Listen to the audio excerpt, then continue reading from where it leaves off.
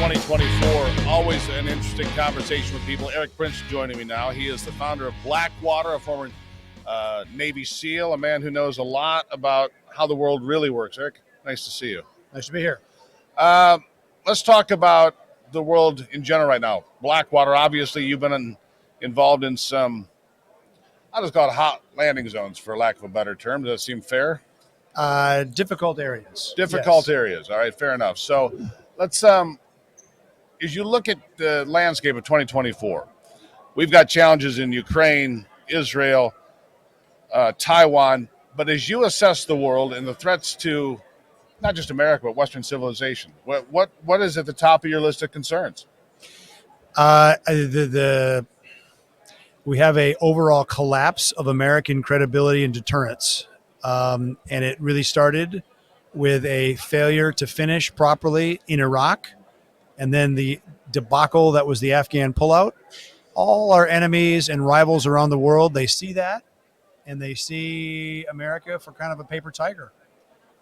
We buy a lot of expensive weapons, and all that capability didn't matter because we were unable to defeat a bunch of largely illiterate goat herders, tribesmen that were using weapons that were designed 70 years before.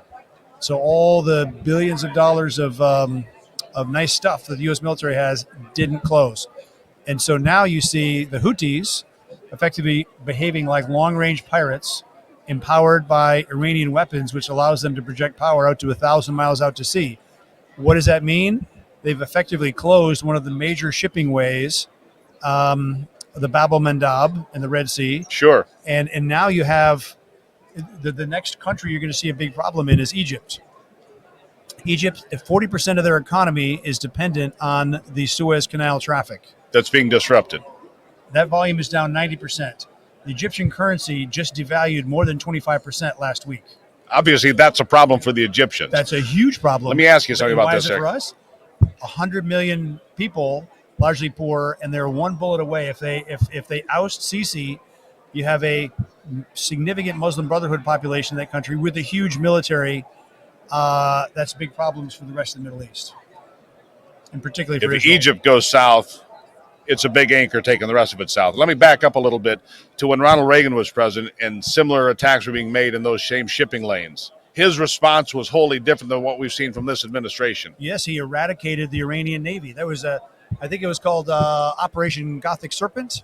There was basically the Iranians were waging a tanker war, mining the Persian Gulf. And he put an end to it. Shortly. He smoked them quickly. And here's the ridiculous thing. The Houthis, now still raging long-range war from Yemen, they're dependent on an Iranian intelligence vessel, which is still cruising around the Red Sea in the Bab el-Mandab, unfettered, undamaged. How do we allow that to happen? That's a very good question. Why would we allow that to happen? I think because the Iranians have my fear is that the Biden administration knows that the Iranians have infiltrated so many thousands of military-age males into the United States over the last few years that they're worried about the terror cell activity that they could pull out on America. I want to go back to Egypt now. I'm not a gambler. I don't gamble, but I can handicap a game and I can handicap a situation. How would you handicap the possibilities in Egypt going the wrong way? Because if it does, and then you go back to the peace accords of 1979, you go back to the peace accords more recently with Donald Trump and so forth, they'll be out the door. They'll be out the window. Exactly. And it's a massive step back for the entire region. The refugees that will flow out of there, the chaos and the carnage. So again, Yemen has to be fixed. Someone has to go put a boot on the neck of the Houthis and put them in their place and open up the seaway again.